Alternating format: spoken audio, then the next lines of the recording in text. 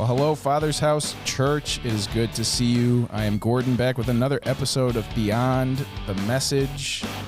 I'm joined today by Pastor Josh. Welcome back. Hello. And his wife, Esther. Hello. Good to have you both here with us. We're here to talk about your message. Yeah. I don't know what we're calling because you both talked separately, but together. Message yesterday ending the series on wisdom. With some good wisdom, I think, and discernment, talking about discernment and applying wisdom to our friendships, which I thought was a really interesting kind of angle that you took with it, Josh, and discernment is always good too. So yeah, and Esther, I know you mentioned it on Sunday, kind of a new thing for you. You're usually worshiping, but never, not, how was that for you? Feel good? The only time I'd spoken was Mother's Day, and you're in like big armchairs and you're just reading off a script. So this was definitely different to have like a podium in front of me and feel official. Yeah, very official. And Josh, you do this all the time, but how did it feel for you? It was fun. I mean, it was fun doing this with my wife. That was cool. Mm-hmm. It was a very stressful week though. Yeah, it did add a lot to the week, I would say, more than normal when I'm preaching, but it was fun. Yeah. Yeah. Did you guys prepare together? Or I know you kind of talked about different topics, obviously, but do you kind of sync up? We haven't had this opportunity to talk to both. I don't know if we got the sync up. I think we prepared together. I would say normally, like if you were just speaking, Josh. Okay. You usually tell me about your sermon and I'll give little you could do this, you could do that, little examples. But for this, you crafted your own message and also helped me craft mine. Okay. So, because I had never actually crafted out a sermon before. I had all of my thoughts just written down, and then Josh needed to help me with organizing them, and he had to use his discernment. Yeah, there we go. Yeah, see what I did there. Yeah. Oh boy. Or organize. Yeah. But yeah, so as we kind of get into it, I think we can kind of start with what Josh was talking about, which is this idea of friendships, especially, and how we've kind of, society has driven us towards this. I don't think it's necessarily a recent issue. I think this is just a human issue. Probably. As this need for validation, but Twitter likes and retweets, and I don't know what Instagram does, but that's definitely just enhanced it to such a point that it seems like if you're not going to affirm me, I don't even want to hear it, and how dangerous that can be. How'd you kind of get into those ideas there, Josh? And just with the affirmation stuff? Sure. Well, whatever else you feel like talking about. Yeah. Yeah. Well, I think clearly it's not new, because I don't think Solomon would have written it in Proverbs if it was a now problem, which is actually interesting, even back before Twitter. Right. And just social media in general, there still seemed to be a bend towards, I want affirmation, or I want to feel validated, not corrected. Because correction does suck, because usually it means you did something wrong. And I think the downside of where we're at right now is in society is we temper any type of correction gets tempered, whether it's or even critique. Even keeping score at sports games for young kids. We stopped doing that because you don't want kids to feel like less of themselves, which on some level I understand, but at the same time it's it's okay to lose. You can't and so and then I think it just extends to much deeper places with the need for affirmation and validate me for who I am and how I feel. Or the appearance of who I am. Yes. And so I think it's it makes what Solomon said about friendship a lot more serious, in my opinion. Yeah. It's where do wounds fit in today's culture? And how often are you having honest conversation? Like if if you don't have friends that you're going to have honest conversation with, how are you going to have honest conversation then with your spouse or with, Yeah. Yeah. And with yourself. members? Yeah. And that's kind of, you touched on it. We kind of talk about this a lot, where it's like you take something that is inherently good, like affirmation, validation. And I mean, truly, I think we could all agree that, like, who is the greatest validator other than Christ, in that he loves us unconditionally. Like, he loves you so much, it doesn't matter. You know, his grace will cover our sins to that point. But then we as people will like take that and twist it and make it to this thing, to like you're saying, where we can't even approach each other anymore because we can hide behind that, like, oh, you're upsetting me or you're offending me, and I don't need to feel that. And we've kind of drifted away into that of like, you don't have to feel the things you don't feel like feeling, even when those feelings might lead you to growth if you actually process them and took that second to say, like, is this true? Like, of course it hurts when somebody says, like, hey, you are doing this wrong. Like, you are wrong, or you're doing something wrong, or whatever, however they word it. That's going to hurt. But it takes that character to say, okay, that hurts to hear, but is it true? And isn't it better to say, like a friend, if you trust that friend, and that's where that comes from, right?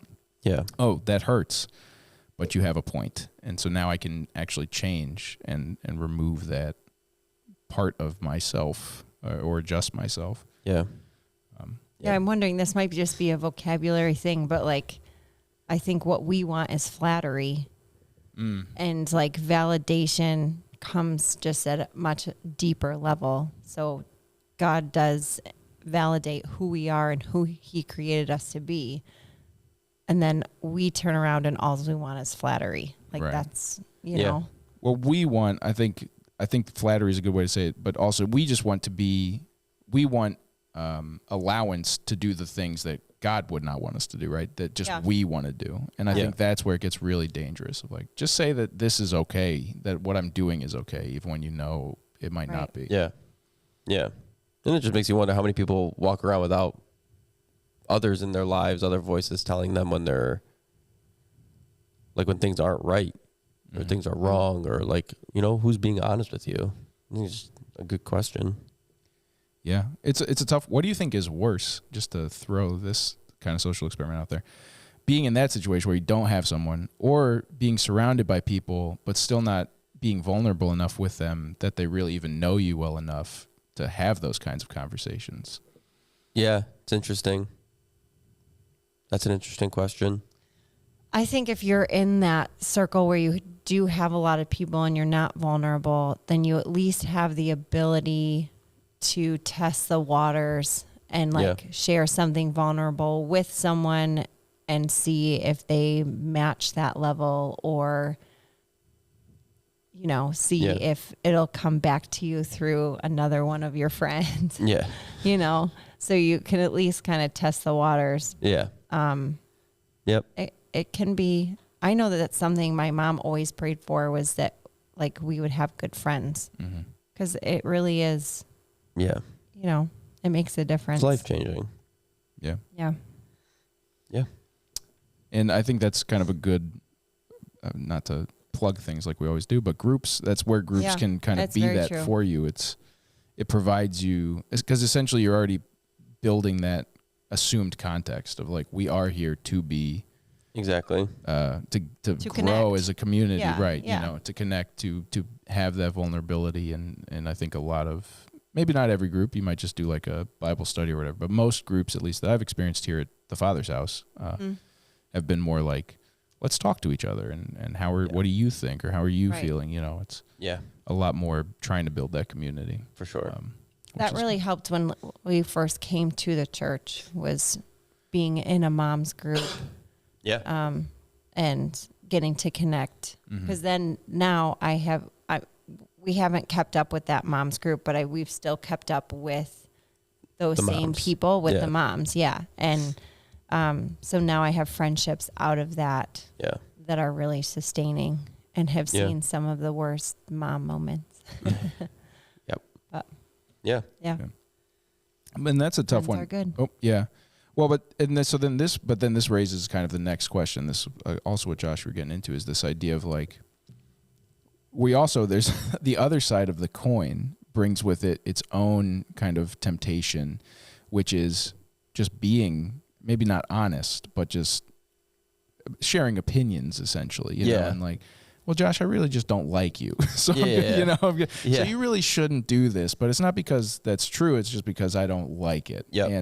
And how dangerous that can be, of just, cause I think that's also very insidious where nobody maybe is going to challenge you on those things. I feel like when a person is like that, our natural response is just like, you just kind of laugh it off and then never talk to that person again. Yeah, for sure.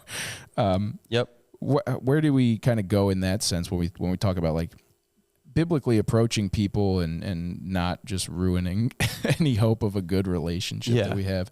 Have you kind of encountered that with whether yourself being that person or interacting with people, and like how do we kind of? I think you got to be mindful of the people around you. I think it's honestly in some ways where discernment can come in and be a helpful tool, because you do want to be able to surround yourself with people who are honest, but they actually do have your best interest in mind. You don't want to surround yourself with people who are trying to tear you down, make you smaller. You know what I mean? Yeah, and absolutely. I think that, so you do have to be mindful of that. And I did say, like, you know, rather than worry about the delivery, just worry about being honest. Right. Maybe I could have, if we had more time, I probably would have. Yeah, but I think the delivery takes years to, to like cultivate and to grow in. Like, and I think I think it's easy to tell when someone's like genuine, when someone's genuinely understands like who you are as a person, and they're more communicating to you from the standpoint that like actually what you're doing doesn't actually measure up to who you are as a person. It's different than someone making a comment about you and your actions as if you are just horrible and they don't like you. I think there's a clear delineation between how those two things sound. Mm-hmm. One's like, you are such a loser, and one could be like, stop acting like a loser. Like, that's not you. Right. Whereas like, you're a loser, you're always going to be a loser. Like, I think the difference is subtle, but that obvious at the same time. Mm-hmm. Right. Yeah. But the reality is people are opinionated. Right. And I think everybody's susceptible to, because you're not going to be friends with everybody. No. Right. I was just telling this to my kids. Yeah. Even the people that you're acquaintances with, you won't always be friends with them. Like, you'll be fine hanging out with them in a group. You'll be fine maybe even going out and grabbing a drink with them, and having a great time, but they'll still be acquaintances, and you'll never feel like the door is open to actually share like your honest feelings about maybe some of the ways that they live their life or things like that. Or if they're telling a story and something about it bothers you, you might not feel that the invitation to actually cross that threshold into friendship, or you just might not have time. You might just be, it's just like, I don't have the time. It might not be the setting. Yeah. Or the season for you and that person to become close friends. But I do think you'll have a handful of close friends who will be opinionated people, because everybody's opinionated, and we're opinionated. You're probably opinionated. Oh, so opinionated. And you'll get home, or you'll be at night and you'll share an opinion with your spouse about someone. And it's like, that's probably not okay to do, but I think humans have a tendency to do that thing. And what I'm saying is, you want to have friends who you can share those, like, just talk to them directly. Like Spurgeon was saying, someone who comes to me, not my neighbor, and then another neighbor, and then me. But it won't be everybody. Right. Can't be friends with everybody. You can't. First of all, your soul can't handle that type of honest feedback. Well, yeah, and that's true. That's something to really keep in mind. Is like, you are not everybody's best friend. Yeah, no. We can be there to support each other, and maybe, like you said, some people we just don't have the time because we don't have that relationship. I don't think it's like a and the people that like to party, like I understand the Enneagram. I'm not a big Enneagram guy, like whatever, but Enneagram 7s, like I'm a 7, which just means I like to party. Okay. And I know people like that, and I think the dark side of it, or the shadow side, is that I'm totally cool having a ton of friends. Like, I'll go anywhere and be friends with people. I have to work hard to have and cultivate deep friendships. Yeah. I think that's the catch-22. I think more people should be like me in the sense that they like to go out to party and just have fun. Mm-hmm. But I can learn something from other more chill personality. Yeah. AKA your wife. Exactly. Who has like a small group of friends. Very good friends. Yeah. Yeah. And then like acquaintances. Well, and to support your distrust of the Enneagram, because I do not necessarily like to party a ton, but at the same time, I think that's just a natural human condition of like struggling to find people, especially today, as we're like so isolated. Yeah. You know, it makes it it just makes it so much harder to like really connect, and busyness and everything kind of takes that up too. But we actually have a question in the chat from Crystal, who says hi to Josh. Hi. Oh. Hi, Crystal. And they ask, what do you do when you may be going through something and your friend is there for you? However, their opinions are not always aligning you with a higher value of positive thinking, but rather just agreeing with the downsides you may be expressing, constantly agreeable rather than finding new ways to evaluate or pursue. How do we use discernment in those situations when we are in need? Yeah. That is a tough question. That is a tough question, because the reality is, like, this is where I think it gets tedious, because like what Esther was saying in her message was that, you can't have a borrowed Holy Spirit. And I think that's important. You need to have a very good relationship with God. Yeah. And like, God is my primary friend is a real thing. Because humans are fallible. So close friends are extremely important. I think there's not a perfect formula for friendship. And so maybe that friend they're trying to help in the best way that they can. They're the closest person to you. And so maybe they're just trying to empathize with your pain. And maybe they just don't understand interpersonal skills and, the whole concept of iron sharpening iron. Maybe their perspective is just like, oh man, I want to be with them in this. Yeah. And they're not even trying to be the way that they're being. It's just they're falling into that spot where it's like they're just kind of meeting you in your pain and making you feel terrible. And I think it's... I think that people don't know, or friends don't know what you need sometimes unless you ask. Yeah, right. Also and true. So just asking your friend, hey, I'm going through this. I'm noticing that you're just agreeing with me. Yeah. Are you just agreeing with me, or are you seeing something that I'm not seeing that may have more of like a positive, view or something like that, and kind of just asking about it. Yeah. Mm-hmm. And then honestly, like the other aspect of this is that our friends aren't therapists. Our friends aren't counselors. They're not necessarily professionals. So a friend they're not God. They won't always have the answer. So right. That is a very good question to ask, because maybe the friend is just kind of just as confused as you are, and they don't know. Like they don't know. And I think sometimes you go through things where you need to seek professional help outside of what a friendship relationship, a family relationship, right.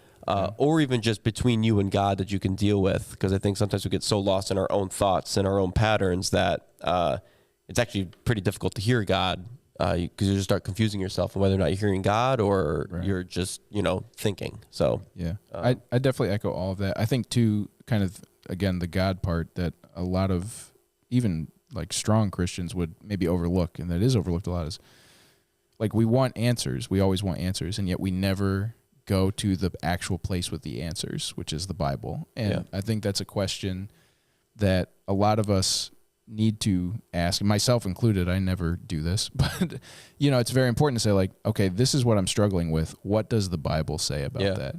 And yeah, that may require going to a pastor or somebody. And I do think that all those resources are absolutely valid, and I'm not trying to discount that, but I'm just saying, like, it's hard sometimes too when you go to your friend being like, give me the answer. Yeah. It's like only this book has the answer, and it does require study and reflection. But I think that's something too that, yeah, I think like you said, Esther, people can't read your mind, you know, and I think that's something that we all assume. I think, you know, you hear about that a lot, especially in like marriages. I think where you just think, oh, you should just know that I'm upset or whatever, or why I'm upset, or what I need. But I think being able to be vulnerable in that sense, and this is where that vulnerability comes in, is like, they can't give you what you need if you don't tell them. They can give you what they think you want, but if that's different from what you actually want or need, that's where we do need to be vulnerable and say, like, yeah, I'm really struggling here. I don't just want empathy. I want perspective or potential solutions. So being able to be vulnerable in that way, I think, is also important. And then I think that also then tests the friendship as well, because if the friend is like, how dare you, you know, then you're like, okay, well, I guess we weren't in this for the long haul then, or, you know what I mean? Yeah. Like, kind of, yeah. Yeah.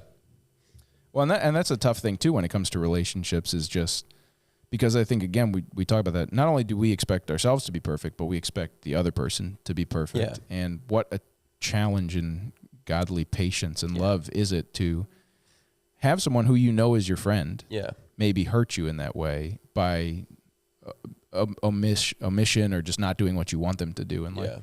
But that's really on us, right? That's our, I don't know, impatience or pride or whatever. It's not really anything they did, because if they are actually your friend, they do care about you and want the best for you. Yeah. So, okay, they did it wrong, but why, you know? Yeah. And so how do you have that patience for them and forgiveness for them when we have those kinds of situations, I think is also something that can really help you grow in love and empathy and strengthen the friendship as well, possibly without your friend even realizing it happened. Yeah, my mom has asked me before, are you sure you want to sacrifice this friendship over, you know, this small offense? Yeah. I'm like, oh, I guess I just gotta not be prideful and have a conversation. Yeah. Mm-hmm. Well, and then, so that, now we're talking about pride, and hopefully, Crystal, that answered your question. Or, I hope so. Yeah. But now this can kind of bring us into discernment, and Esther, kind of what you were talking about on Sunday.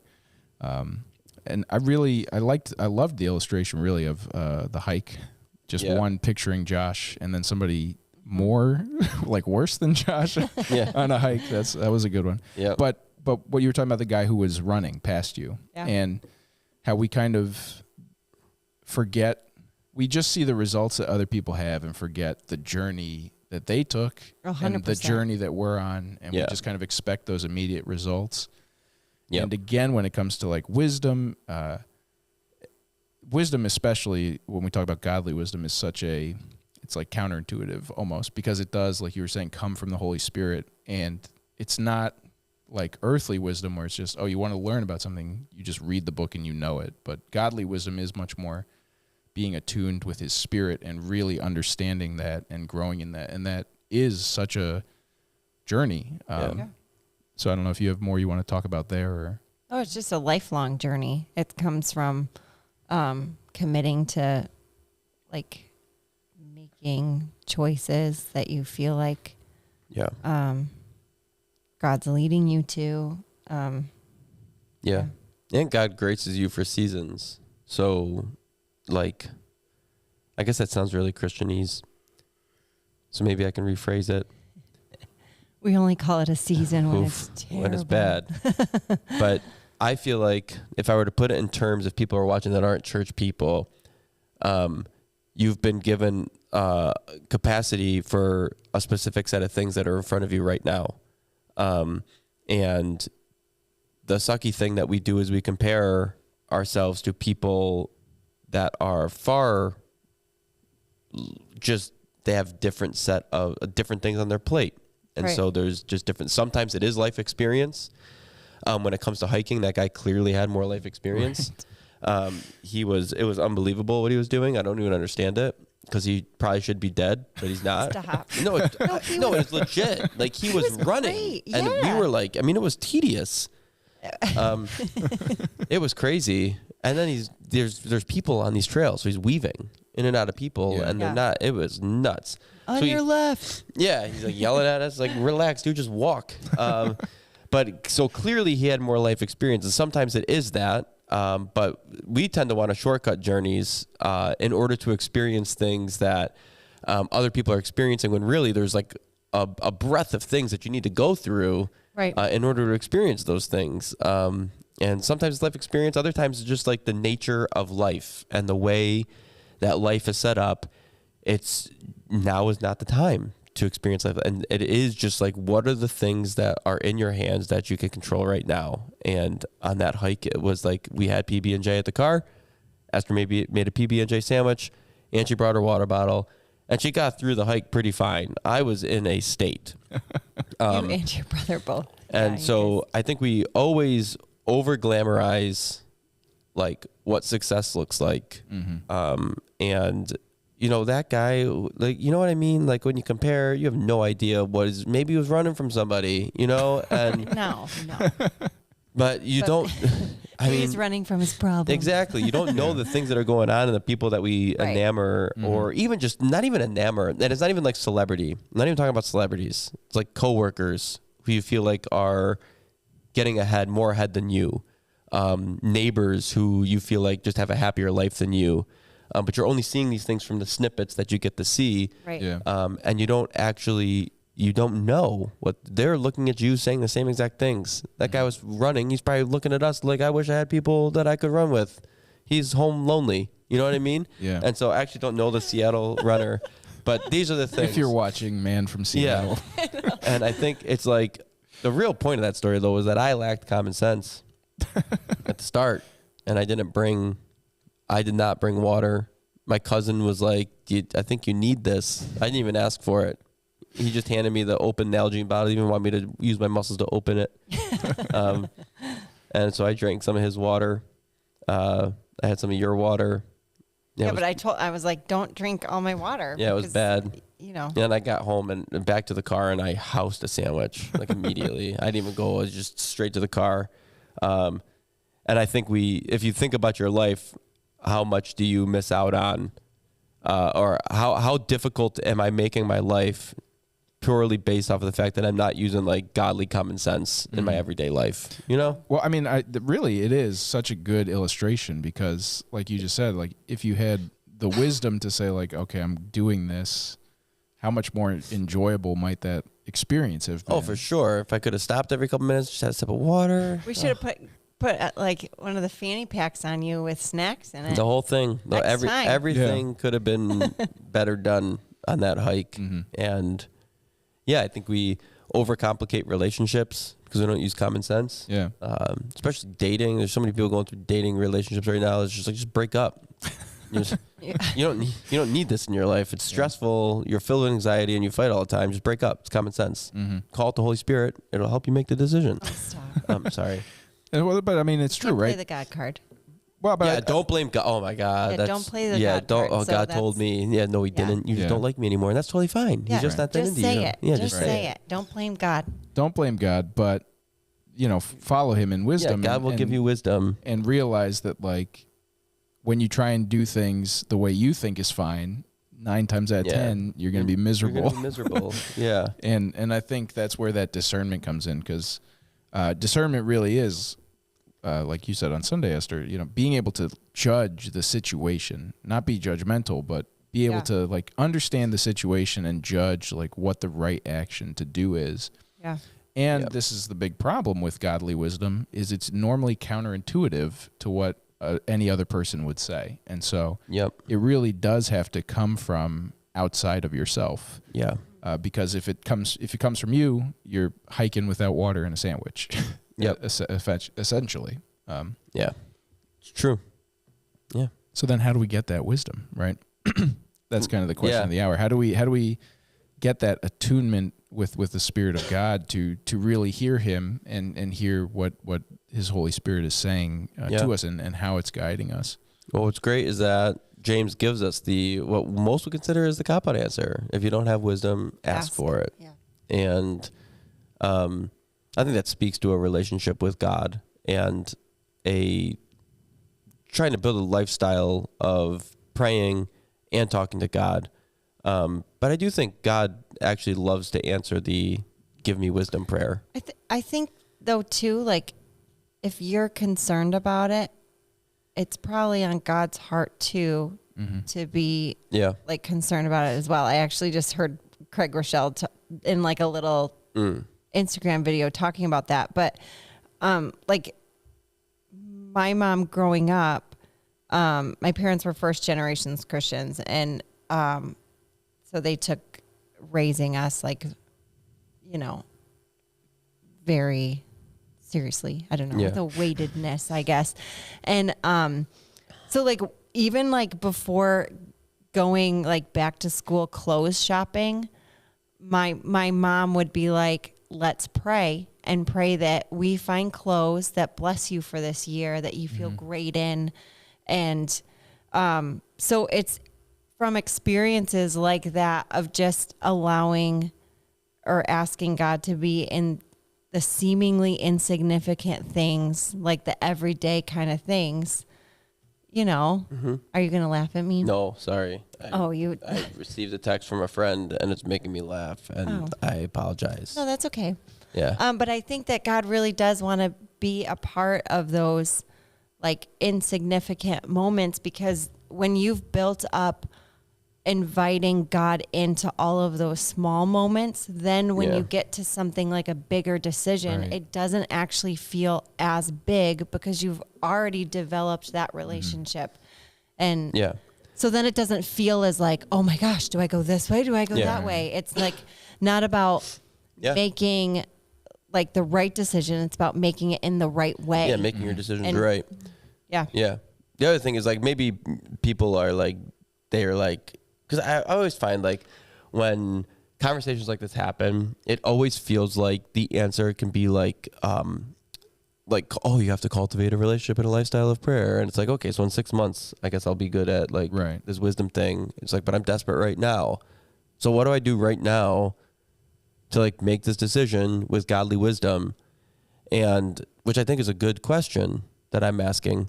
But to yourself, to myself. Yeah, no, but I think because I know what it's like to be in a spot where you feel like a decision has to be made and it can be very stressful. It's like, first of all, just take a deep breath. Yeah. Because when it comes to decision making, is wisdom will give you a pathway to decision making, right? So I think godly wisdom would say like seek wise counsel. Yeah. Like, who have you involved in this decision? Because I think it's like the harbor lights. Exactly. I wasn't going to say harbor lights, but because now you have to explain what harbor lights are. Well, when a boat comes in from the harbor, you've got to line up all the lights. Line up all the Have you ever lights. been on a boat to see harbor lights? Have you ever been on a boat and seen someone line up harbor lights? I'm just wondering. Well, I mean, I wasn't in the same place as the captain was. Okay, because I've heard this harbor light thing, but I've never actually seen harbor lights line up. I've seen buoys. Boats. Yeah. But anyway, we're just having a moment. But like seeking wise counsel, because I think what people without wisdom will tend to do with a big decision is they'll isolate themselves. Yeah. Like it's just gonna be me and God. If they're going through a tough time, it's just gonna be me and God. Right. And I think that is not godly wisdom. That is a recipe for disaster. Yeah. Well, but I Gordon think was going to talk too. Oh, that's okay. No, you can. No, go ahead. You do need to spend time with God, but then also, like, if you have parents who are like, who really want the best for you, they are good people to talk to. Yeah. If really you any have family in general that friends, wants what's best for you, right? Who like have the best, like, mentors or pastors. Yep. Yeah. Yeah. And what I was going to say, though, is just because I relate to what you were saying, Josh, of like, okay, cultivate a prayer life. And like, okay, well, my prayer life will be cultivated in a year, whatever. Yeah. But I need an answer right now.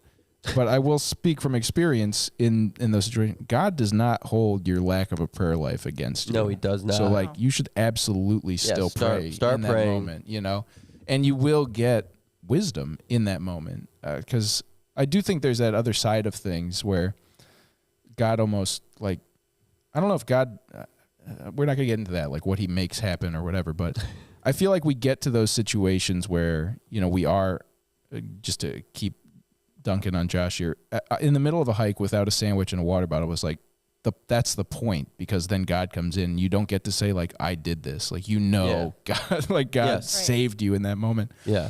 Right, but maybe God is saving you through a friend who came alongside you and had water. Yes. No, I know. Like, I'm just saying on a spiritual sense, we were all like on that. We're on the 20-mile Cascade day like trip with only a peanut butter and jelly sandwich. Like, you'll die. You know what I mean? Well, right. And that's the state of humanity. Yeah. Like, that's the state of humanity. And so what Jesus has done. 20 sandwiches. Yeah, what Jesus has done is he's created a way where there seemed to be no way, right? Right. And I think we're on in relation to that, we're dealing with minimal problems. Right. On an everyday basis. And God is faithful. If he was faithful with the fact that we were trying to do this 20-mile hike with a PB&J sandwich, he came through for us. Yeah. If you lack a prayer life right now, but you need answers, God is, he knows that you lack a prayer life. Right. You're not shocking him. Yeah. You're not going to wake him up from a stupor and be like, oh, we're praying now. Like, he's actually waiting with open arms, ready to give you answers, and actually just help guide you. Yeah. We're right. And that's the point, right? Don't let that guilt stop you from crying out to him. Like, the Bible is full of desperate prayers made in the last moment with no help, you know? Yeah. The one father, right? Help me, I believe, help my unbelief. Yep. Like, what better picture of lack of a prayer life? Yeah, exactly. But there's that tendency when you say like, oh, I need to cultivate a prayer life. Well, I don't have time for that right now. Like, that's the trap, because then you not only isolate yourself from others, because I do agree that like, you have resources, counsel, but you're also isolating yourself from God, because now you start just feeling like you have to figure it out. And that is such a danger of that. Don't let the guilt of wherever you think you are in your journey stop you from realizing the truth, which is there is no junior Holy Spirit, right? Like, we all have the same level of access to the same amount of God, which is all of him. Yeah. Which is mind blowing when you think about it. Yeah, it actually is. Like, nobody is so unspecial that God is like, not you. Right. Yeah. And so, like, oh, whoops. Yeah. Like, so don't ever let you, that is the enemy trying to stop you from actually saving yourself. So don't listen to those thoughts that say like, well, I don't have a prayer life, so God's not going to listen to me when I pray. Like, he's right there with you. And be encouraged in that. Sweet. Well, that was sweet. And now as we we're kind of running out of time here, and closing out the series on wisdom. So what is the one piece of wisdom you guys have walked away from? I don't know. Yeah. What are we walking away from this series with as we kind of wrap it up and look towards really the end of summer? I don't know how it got to be this point. Yeah. And our next series. Yeah. I think what's so interesting just about wisdom is that it's kind of like godly wisdom is kind of embedded into all of creation. Even the creation narrative was like, creation was made with a lot of wisdom at hand. Like, I feel like wisdom has been there since the beginning. And it's so cool that something that seems so like ethereal is also extremely practical and helps us in our everyday life. It's one of the few things that kind of dovetails so nicely. Like, prayer, you're communicating to a God who's there, but like, not physically sitting there with you. So it can sometimes be hard to wrap your brain around. Whereas the book of Proverbs is like rules for everyday life, or like, not rules in the sense that it's rules you have to follow, but I'm saying it's like a rule of life. And I think that's really cool about wisdom. Yeah. We should talk about it more. Yeah. Esther, any thoughts? It's okay to say no. Well, no, I was thinking about something that I had not said, but like when you're looking at Proverbs and not a legalistic lens, when you're looking with a lens of a God who cares and a God who sees you, then you do realize when you read some of these Proverbs, like, oh, it's a good thing to help my neighbor and not to harm them. Like, it's a good thing like not to pick a fight for no reason. Yeah. Or like reference it. Like it's a good choice not to sleep with somebody else's wife or like cheat the scales for personal profit. Like you kind of read through these and it's not like, oh, how dare they say that like as an attack, but it's actually like, no, these are actually like maybe parameters or like, Proverbs that will help your life, that can really, give it so that you're walking in wisdom and that you're not then paying for all of the consequences. Right. Because consequences can be severe. Not so great. Yeah, I think that's the big takeaway too for me is just to remember that like Proverbs were written for you. It's not for you to read and then say to somebody else like, see, you shouldn't, whatever. Right. And there are a lot of things and whatever the specific thing is, it's different for every person. But there's something where you read like, don't do that. And you're like, but I really like doing that. But I think that's where you see that growth in wisdom and connection with the Spirit, because as you continue on that journey, eventually you'll get to that point. Like you said, like, oh, actually it's good to not do that. Right. Even though when I started this journey, I thought doing it was the best thing. But now I realize like, no, that is bad because I do have this godly wisdom and understand God more and who I am more. And you can't have that without wisdom. So, right.